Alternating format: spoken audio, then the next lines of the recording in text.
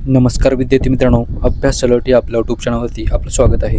तर विद्यार्थी मित्रांनो, आज आपण पाहणार आहोत 31 जुलै 2026च्या अत्यंत महत्त्वाच्या चालू घडामोडी.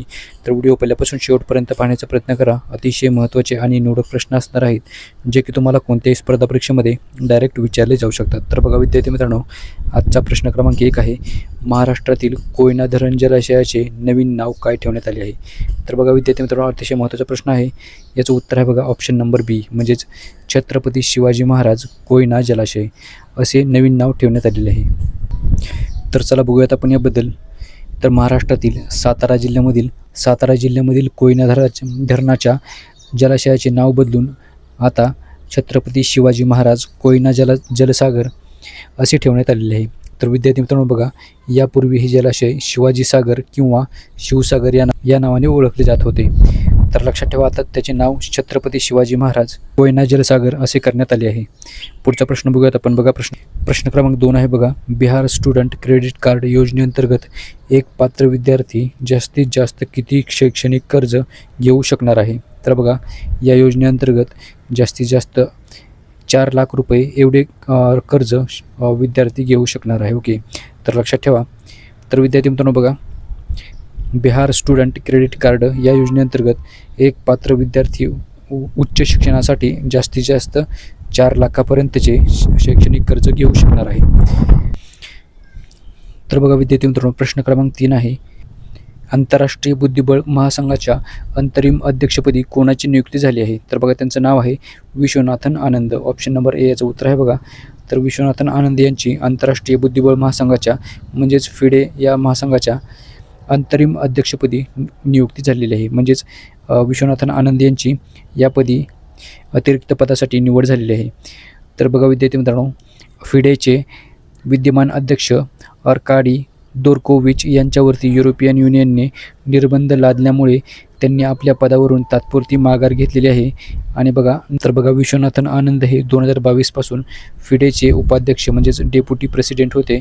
आणि बघा, त्यामुळे फिडेच्या नियमानुसार त्यांच्याकडे ही अंतरिम जबाबदारी सोपवण्यात आलेली आहे.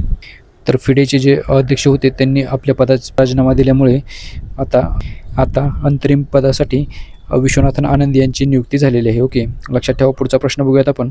प्रश्न क्रमांक 4 आहे बघा, भारताच्या पहिल्या बॅरियरलेस एक्सप्रेसवेचे उद्घाटन राजनाथ सिंह आणि नितीन गडकरी यांनी उन्नावमध्ये केलेले असून त्याचे नाव काय आहे? म्हणजेच बघा, त्या बॅरियरलेस एक्सप्रेसवेचे उद्घाटन जे आहे ते नितीन गडकरी आणि राजनाथ सिंह यांनी केले असून त्या बॅरियरलेस एक्सप्रेसवेचे नाव आहे बघा लखनौ कानपूर द्रुतगती मार्ग. ऑप्शन नंबर बी याचं उत्तर असणार आहे बघा.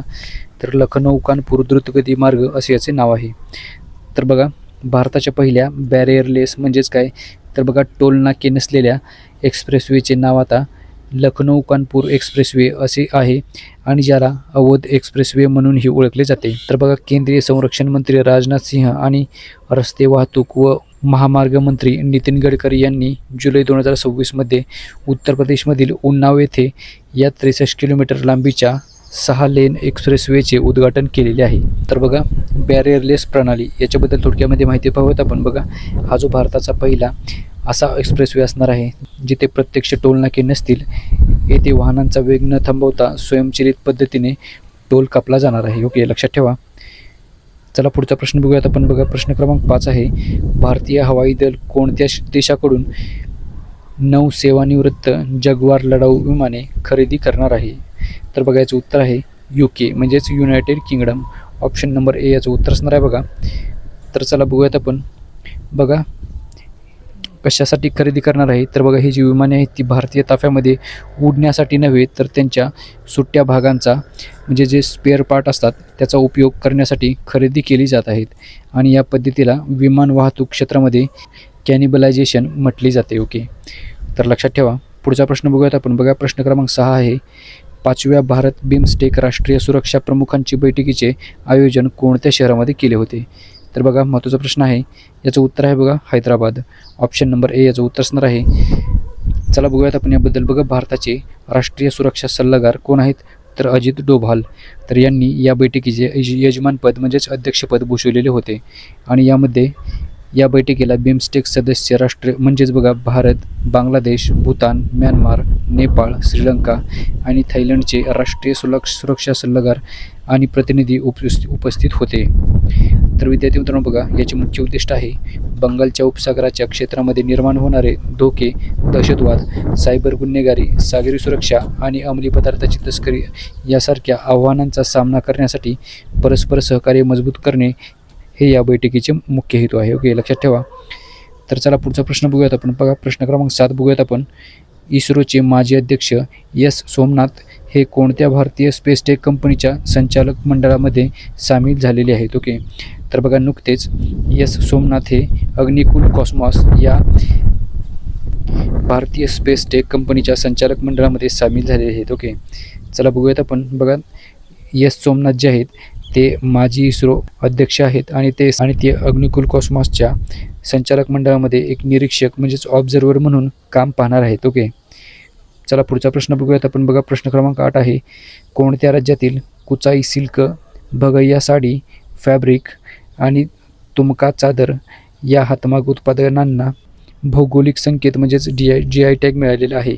तर बघा हे सर्व जे उत्पादन आहेत, हे सर्व जे हातमाग उत्पादन आहेत बघा ते आहेत झारखंड राज्यामधील. ऑप्शन नंबर डी याचं उत्तर असणार आहे. बघा झारखंड राज्याची राजधानी आहे रांची. चला बघूयात आपण याबद्दल. बघा नुकतेच 2026 भारत टेक्स्ट या आंतरराष्ट्रीय कापड प्रदर्शनामध्ये झारखंडच्या उद्योग मंत्रालयाने या उत्पादनांचे विशेष सादरीकरण केले होते. आणि कुचाई सिल्क हे काय आहे? तर बघा हे झारखंडचे पारंपरिक तसार सिल्क असून ते प्रामुख्याने ग्रामीण भागामधील उपजीविकेचे मोठे साधन आहे. दुसरं आहे बघा बगैया साडी आणि फॅब्रिक. तर हे काय आहे? तर बघा झारखंडमधील गोड्डा जिल्हा आणि आसपासच्या भागामधील विणकरांची ही एक ऐतिहासिक हातमाग कला आहे. आणि बघा तिसरं आहे तुमका चादर. तर बघा ही झारखंडच्या आदिवासी संस्कृती आणि वारशाची प्रतिनिधित्व करणारी पारंपरिक चादर आहे. तर लक्षात ठेवा. पुढचा प्रश्न बघूयात आपण. प्रश्न क्रमांक 9 आहे बघा. ब्रिक्स कामगार आणि रोजगार मंत्र्याची बैठक 2026 कुठे आयोजित होईल? तर बघा याचं उत्तर आहे तेलंगणा. ऑप्शन नंबर ए याचं उत्तर असणार आहे बघा. तर ब्रिक्स कामगार आणि रोजगार मंत्र्याची बैठक 2026 जी आहे ती तेलंगणा राज्यामध्ये आयोजित होणार आहे. ओके, तर बघा याचे जे अध्यक्षपद आहे ते केंद्रीय श्रम आणि रोजगार मंत्री डॉक्टर मनसुख मांडविया यांनी या बैठकीचे अध्यक्षस्थान भूषवलेले आहे. ओके, तर बघा या दिवसाची थीम आहे. तर बघा याची थीम आहे ही बैठक भारताच्या ब्रिक्स अध्यक्षाच्या म्हणजे building for resilience, innovation, cooperation and sustainability या मुख्य संकल्पनेवर आधारित होती. ओके, तर लक्षात ठेवा, थीम लक्षात ठेवा विद्यार्थी मित्रांनो. चला पुढचा प्रश्न बघूयात आपण. बघा प्रश्न क्रमांक 10 आहे. महिला समृद्धी योजनेचे नवीन नाव काय ठेवण्यात आले आहे? याचं उत्तर आहे बघा दिल्ली समृद्धी योजना. ऑप्शन नंबर बी याचं उत्तर असणार आहे.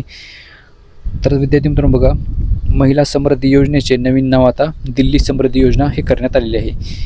आर्थिक मदत. तर बघा या योजनेअंतर्गत पात्र महिलांना दरमहा 2,500 रुपयांचे थेट आर्थिक सहाय्य दिले जाते. ओके, तर बघा या योजनेचा लाभ 21 ते 60 वर्षे वयोगटातील महिलांना घेता येणार आहे.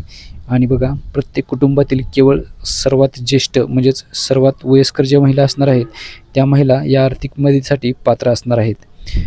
लक्षात ठेवा विद्यार्थी मित्रांनो. तर आजच्या दिवसाचे जे करंट अफेअरचे प्रश्न होते ते सर्व आपण कव्हर केलेले आहेत. भेटूयात आपण उद्या सकाळी. धन्यवाद.